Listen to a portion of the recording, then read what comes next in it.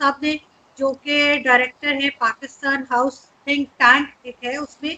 इसके अलावा farmer deputy director general ISI India से हमारे साथ हैं जी मेजर गौरव आर्या, जो किसी तारुफ के मोहताज नहीं है।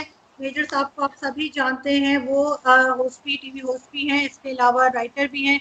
और सबसे अच्छी बात यह है कि उनका सेंस ऑफ ह्यूमर बहुत अच्छा है। स्पेशली जब वो डिबेट्स होते हैं, इंडियन डिबेट्स में, तो बड़ी टेंशन चल रही होती है और बीच में मेजर साहब कुछ ऐसा कह देते हैं जिससे सब लोग जो है एकदम हंसने लगते हैं या मुस्कुराने लगते हैं, जो कि इनकी एक बहुत जबरदस्त आदत है, जो मुझे भी सीखने की जरूरत है। मैं कोशिश कर रही हूँ कि मैं फॉलो कर सकूं। मेजर साहब कब सोच रहे हैं, क्योंकि मैंने तो सोचना शुरू किया है काफी अरसे से। मैं चाहती हूँ बिल्कुल कि इंडिया पाकिस्तान में पीपल टू पीपल कांटेक्ट हो, आ जा सके और टूरिज्म हो, सब कुछ हो। तो आप लोग कब सोचेंगे? देखिए, पाकिस्तान का, बड़ी इज्जत के साथ मैं बोल रहा हूँ, पाकिस्तान का जन्म हुआ था 14 अगस्त 1947 को। भारत का जन्म नहीं हुआ था 15 अगस्त को। भारत को आजादी मिली थी, तो फर्क है। हमारा सिविलाइजेशन 10,000 साल पुराना है। देखिए, आपने इंडस वैली की बात करते हैं, ये नाम जो भारत है, ये भरत से आया है। जो भरत राजा था, भरत से आया है। जो कश्मीर की हम बात करते हैं, कश्मीर का नाम ऋषि कश्यप से आया है। कभी अब एटमोलॉजी में जाएं कि कश्मीर का नाम आया कहां से। इट इज कम फ्रॉम ऋषि कश्यप। जो हम बात करते हैं हिमालय की, हिमालय से लेकर समुद्र तक हमारी वेद हैं। मैं आपको दिखाना चाहता हूं, ये अथर्ववेद। मैं आपको बताता हूं क्या है। ये है यजुर्वेद, ये है सामवेद, और ये है ऋग्वेद। एक और वेद है जो अंदर है, तो मैं चाहता नहीं वो बुक का स्टैक्स गिर जाएगा। मैं ये बताना चाहता हूं कि ये 5,000 साल से पहले लिखी गई थी। जो महाभारत है, जो रामायण है, राइट। तो Indian civilization is very old. Indian civilization जो हमारी जो तहजीब है, भारतीय संस्कृति है, वो इजिप्ट से पुरानी है, मिस्र से पुरानी है, रोम से पुरानी है।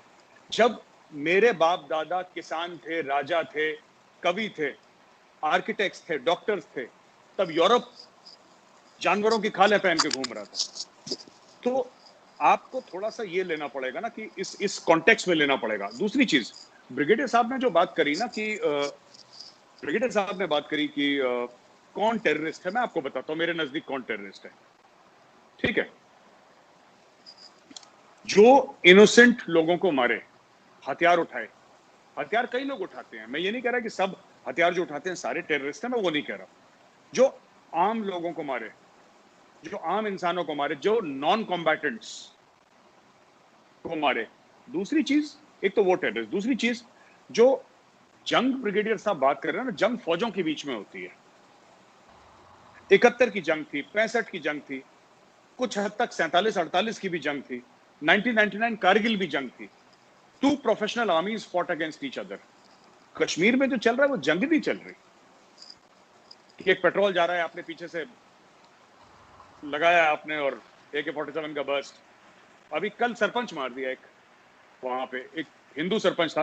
हिंदू तो बचे नहीं, खैर वहां पे Hindus in Kashmir are almost, मतलब कि मैं आपको ये बताना चाहूंगा, क्योंकि आप लोग आए नहीं इधर कभी, और ब्रिगेडियर साहब, आरजू जी, कभी आप आए तो हम आपको ले भी जाएंगे वहां पे। Please be our guest. पूरी एक जनरेशन कश्मीर में बड़ी हो गई जिसने कभी हिंदू को नहीं देखा।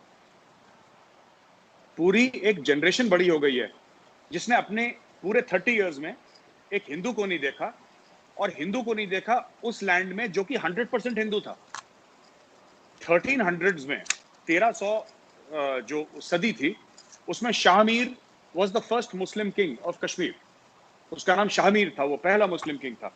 शाहमीर के समय it was 100% Hindu. Today Hindus are less than 1% in the valley, finished, wiped out, gone.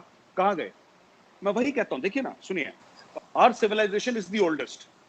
ये आपने वैभव की बात करी, वैभव जहां पे रहता है, बनारस, बनारस इज, आप जाइए आर्कियोलॉजिकल सर्वे की आप फाइल्स देखिए, it is the oldest inhabited city in the world. हम लोग दमश्क की बात करते हैं, you know, we talk about Damascus, we talk about Baghdad. Banaras is 3000 years older than Baghdad. तो ये आप इसको देखें, बगदाद इज आपकी 2-2.5 साल पुरानी है। ये कब से गंगा जी के तट पे है, ये कब से चली आ रही है, आप रिकॉर्ड चेक करें। बहरहाल बात आते हैं ना कश्मीर पे। देखिए इशू पता क्या है,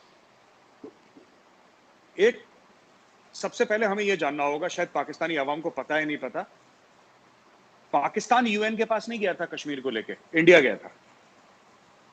हाँ नहीं, I know it, everybody knows it. आप लोग गए थे, बिल्कुल हम आप लोग गए थे। अच्छा, इशू ये होता है ना कि अगर पाकिस्तान ये समझता है, अगर पाकिस्तान ये समझता है कि हम यूएन के रेजोल्यूशंस की बात करेंगे और हमें यूएन रेजोल्यूशन से चलना है, और उसके क्या शराइत हैं, मैं उस पर नहीं जा रहा कि नंबर 1 ये है कि पाकिस्तान का, we are not going there at all, हम उसकी बात नहीं कर रहे। मैं तो ये कह रहा हूं अगर आप यूएन की शराइत से चल रहे हैं फिर आप यूएन से चलें।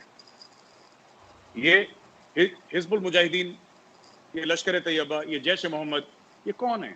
ये तो कश्मीरी नहीं है, छोड़ के सैयद सलाउद्दीन। ये तो सैयद सलाउद्दीन तो बडगाम का रहने वाला है, उसने अपना नाम बदल दिया, यूसुफ शाह है उसका नाम, तो उसने अपना नाम सैयद सलाउद्दीन रख दिया।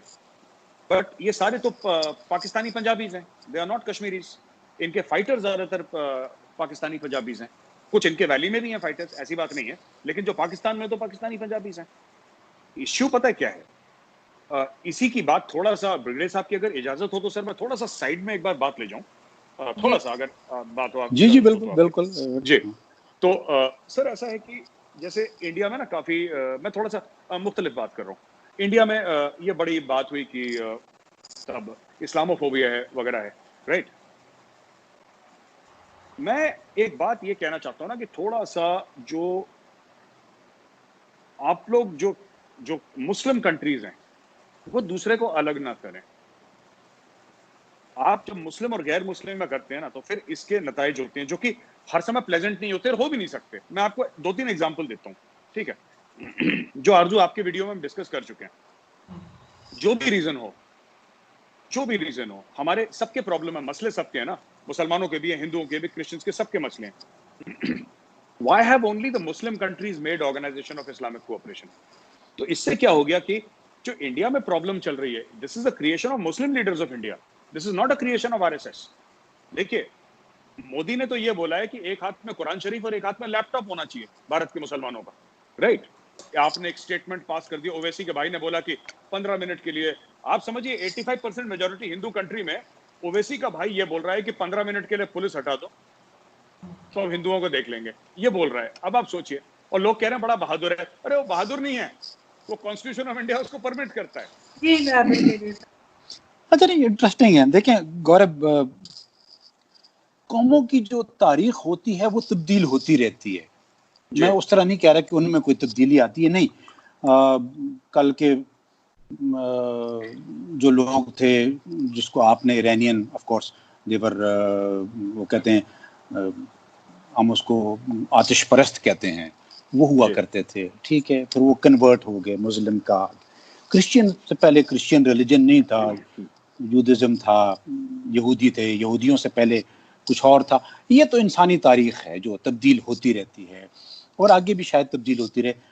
मुस्लिम और नॉन मुस्लिम के कॉन्सेप्ट में जो आपने बात की, देखें मुझे एक कोड ऑफ कंडक्ट दिया गया है जिसको मुझे बिलीफ, चाहे वो मेरी चॉइस थी, चाहे वो मैं बाय चांस मुसलमान था, ठीक है, मैंने उस कोड ऑफ कॉन्डक्ट में रहना है।